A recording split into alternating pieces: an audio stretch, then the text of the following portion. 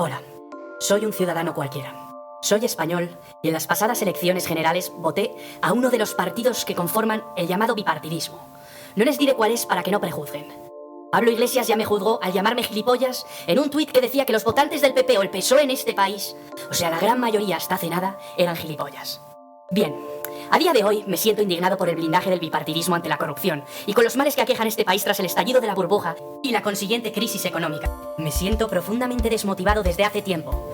Yo también estuve en las marchas del 15M cuando parecía un movimiento prometedor. Estuve en círculos de debate, intercambié impresiones, tweets, artículos. Del 15M surgió un partido que acaparó y secuestró la indignación de muchos de nosotros. Me refiero a Podemos. Quiero desmontar el mito de Podemos, y no lo haré apelando al pasado turbio de sus líderes, Iglesias, Monedero, Errejón o su pareja sentimental, Tania. No entraré en temas de becas, irregularidades fiscales o de qué regímenes han recibido dinero, ya que a algunos les parecerá que esto es calumnia fácil.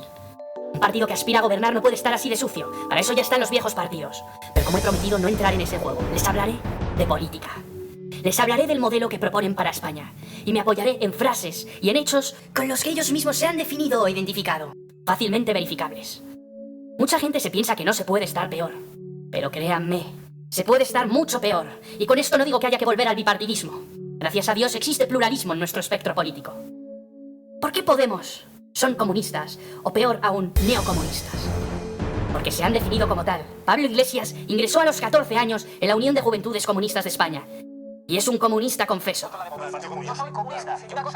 Juan Carlos Monedero ha sido asesor del régimen neocomunista venezolano entre 2005 y 2010, con despacho en la misma sede de gobierno y en contacto directo con el entonces presidente Hugo Chávez.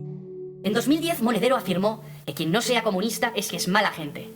También hemos contemplado a Errejón y a Pablo Iglesias cantando la Internacional junto con otros camaradas, ondeando la bandera comunista con la imagen de Lenin.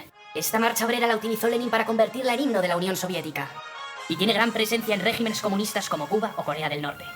A Pablo Iglesias le hemos visto alabar a líderes comunistas asesinos como Mao, Lenin, Stalin, Ho Chi Minh, Fidel Castro o Chávez. ¿Cómo funciona el comunismo en la práctica?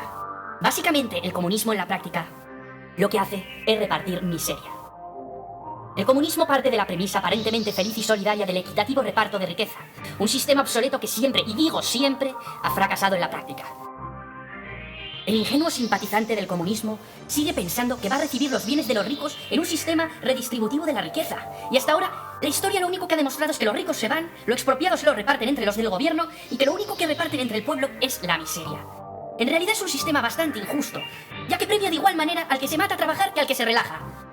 A falta de incentivos para trabajar, el rendimiento general del país baja, el Producto Interior Bruto baja, y a través de un abusivo sistema fiscal confiscatorio, se arrebata a la ciudadanía su riqueza para repartírsela entre la gente próxima al poder, y en contraprestación al pueblo solo se le devuelven las migajas.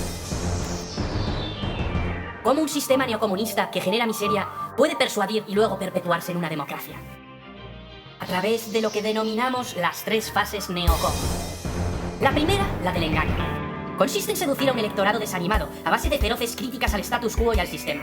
Ese electorado pasa del desánimo a la indignación, y de la indignación a la esperanza con las falsas promesas. Así se conforma el Frente Popular. Segunda fase. Toma y control del poder. Una vez urdida la táctica del engaño, le sobreviene la segunda fase, unas elecciones democráticas con la consiguiente toma y control del poder. No olvidemos que los dictadores pueden ganar unas elecciones democráticas sin dar un golpe de estado. Cuando se ha tomado el poder, le sigue la tercera fase. El afianzamiento en el poder. Para ello es necesario cambiar el sistema y abrir un proceso constituyente para poder perpetuarse en él. Un calco a lo que hicieron en su momento Fidel Castro, Chávez, Rafael Correa, Evo Morales. Una vez afincados en el poder, de forma paralela también es necesario un instrumento para cuando surjan voces críticas. Este instrumento es la represión. A través de la censura en los medios y la instauración de la violencia y el terror. Desarrollemos ahora las 3 fases. 1. El engaño. Podemos es un partido neocomunista y como todo partido neocomunista, su objetivo es la toma de poder a cualquier precio. Una vez en el poder, como ya hemos dicho, intentarán derrocar el bipartidismo para establecer el partido único y el pensamiento único. ¿Cómo ganarse el voto del pueblo? A base de recetas populistas y feroces críticas al status quo. Estas tácticas bien las conoce Monedero, antiguo asesor de Chávez y en parte culpable de lo ocurrido en Venezuela. En este país ocurrió algo parecido y bien puede servir para ilustrar lo que puede pasar aquí. Venezuela es un país inmensamente rico, gracias al petróleo y a su riqueza mineral. En 1958 cayó la dictadura en Venezuela y entró en un periodo democrático donde 2 partidos se alternaron el poder durante casi 40 años, uno conservador y el otro socialdemócrata. AD y COPEI. ¿Les suena, verdad? El bipartidismo cada vez se fue volviendo más corrupto y más insolidario con los problemas del pueblo. Entonces llegó la promesa, Chávez. Un venezolano con un mensaje que reivindicaba todo lo que los venezolanos sentían. Su aspecto era el de un venezolano cualquiera. Chávez le hablaba a la gente en un idioma que entendían. Les hablaba de su realidad cotidiana y los problemas que les aquejaban. Chávez elaboró una estrategia propagandística para la toma de poder. Culpaba, y con buena parte de razón, de los males del país a la cúpula, al bipartidismo. Incluso usaba expresiones como la casta, y con las mismas connotaciones. Renegó del eje izquierda-derecha, del bipartidismo. Les avisó a los políticos y a sus lazos oligárquicos que el tiempo se les acababa. Cabe añadir que Lenin, Stalin o Mao también renegaron del eje izquierda-derecha por considerarlo burgués. Ellos siempre se identificaron con el clamor popular. La expresión de la cúpula o la casta se hizo muy popular en Venezuela, no solamente entre sus seguidores, sino que todo el mundo empezó a usarla. Los demás candidatos, los mismos partidos políticos, los periodistas. Mucha gente vio en Chávez a un mentiroso y se tranquilizaron pensando que era imposible que llegase a ganar unas elecciones democráticas. Se hizo popular la frase, Venezuela no es Cuba. Pues bien, Chávez ganó las elecciones en 1998. El resto ya lo conocen. Pensamiento único, represión, censura, terror, violencia, muerte, miseria. Un país desabastecido con cartillas de racionamiento, sin productos básicos, sin medicinas, con el líder del partido de la oposición en la cárcel. La corrupción en Venezuela está en los más altos puestos de los estándares internacionales. 2. La toma de poder. Si Podemos alcanza sus objetivos y conquista el poder derrocando al enemigo del bipartidismo, Podemos siempre tendrá nuevos enemigos con los que justificar su lucha y revolución permanente. Europa, Estados Unidos, la Troika. Con estos enemigos justificará siempre sus medidas y reformas, cuando éstas causen impopularidad. Pero ya se encargarán de darle la vuelta para volver estas medidas populares por medio de la propaganda. Podemos ha anunciado que quiere nacionalizar y controlar las grandes empresas, al igual que sucede en los países comunistas.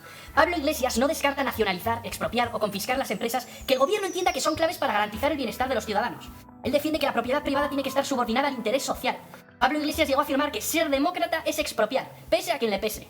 Podemos pretende recuperar el control público en los sectores estratégicos de la economía: telecomunicaciones, energía, alimentación, transporte, sanitario, farmacéutico, educativo.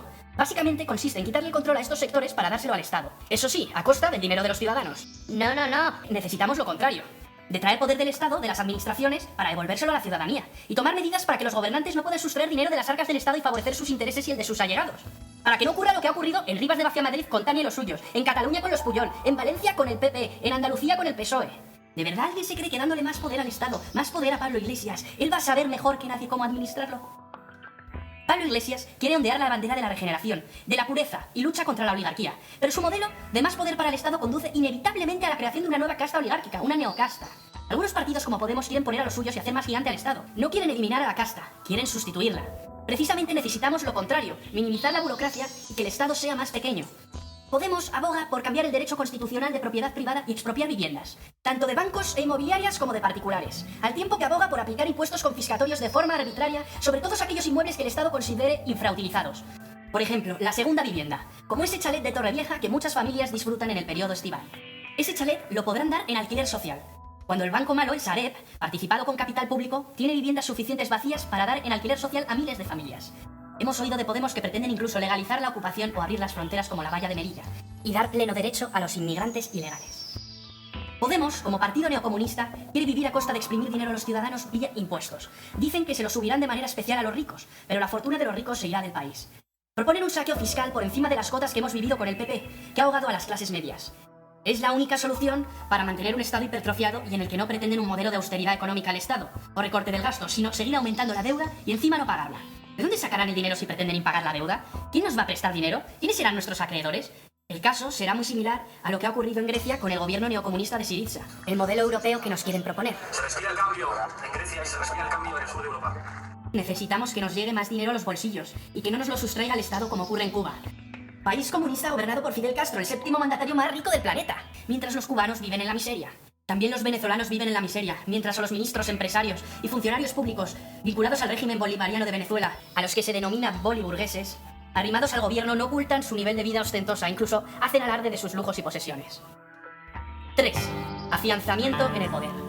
Para afianzarse en el poder, los partidos neocomunistas necesitan cambiar la Constitución. La Constitución española a los neocomunistas de Podemos no les gusta, pues habla de una soberanía nacional que reside en el pueblo, en el conjunto de los españoles. Defiende la propiedad privada, habla de la separación y limitación de poderes. Pablo Iglesias llegó a despreciar la Constitución española en una ricotaberna, diciendo que solo es un papelito, un candado.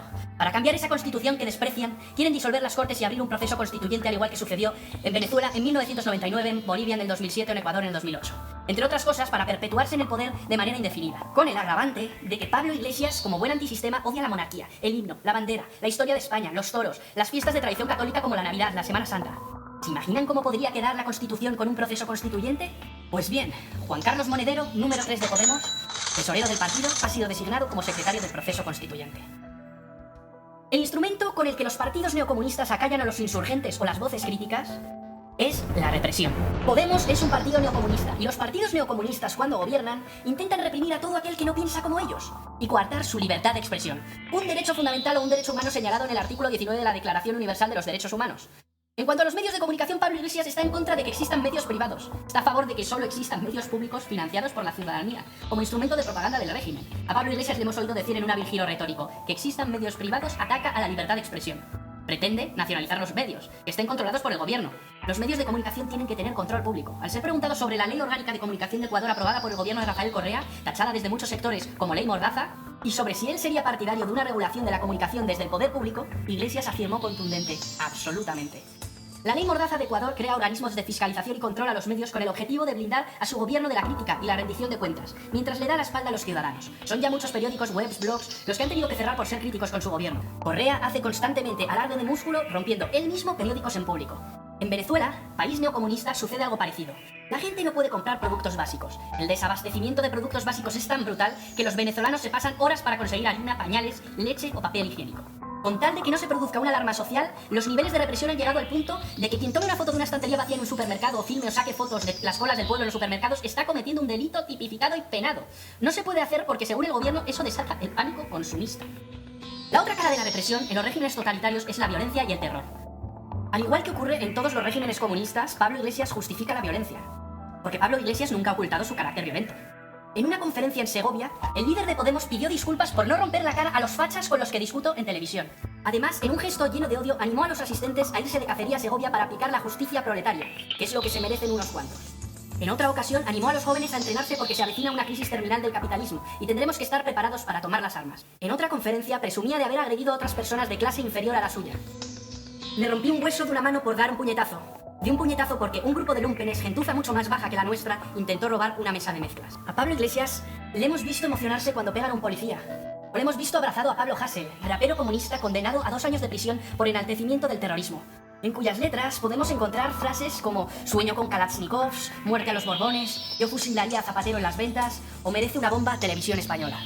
A Pablo Iglesias le hemos visto deshacerse en elogios a Mayur y a ETA, a Monedero justificar el terrorismo. En un programa de La Tuerca, Pablo Iglesias defendió que el derecho a portar armas es una de las bases de la democracia. En Venezuela, ese régimen que tanto gusta a Pablo Iglesias, los jóvenes que piden justicia, seguridad, alimentos, nada más que lo esencial e imprescindible, son callados con balas y golpes. Se les considera terroristas por hacer fotos de las marchas, se les encarcela y se les maltrata. Estos jóvenes luchan por la libertad, no es una cuestión política, no importa la ideología. Luchan porque se les escuche, mientras las televisiones y los periódicos callan. En las protestas en contra del gobierno de febrero de 2014 en Caracas, se cifraron numerosas muertes de manifestantes por parte de la policía.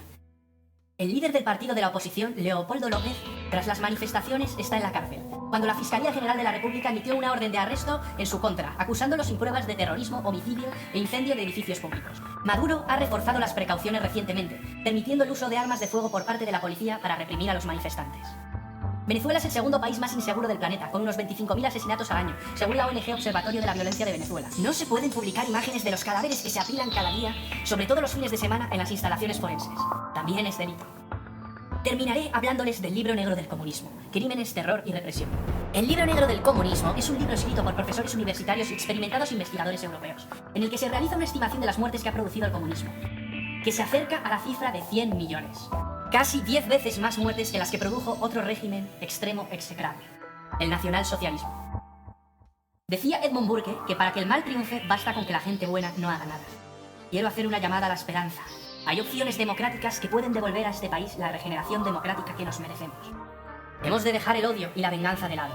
No debemos empeñarnos en destruir lo bueno, sino en construir una España mejor entre todos.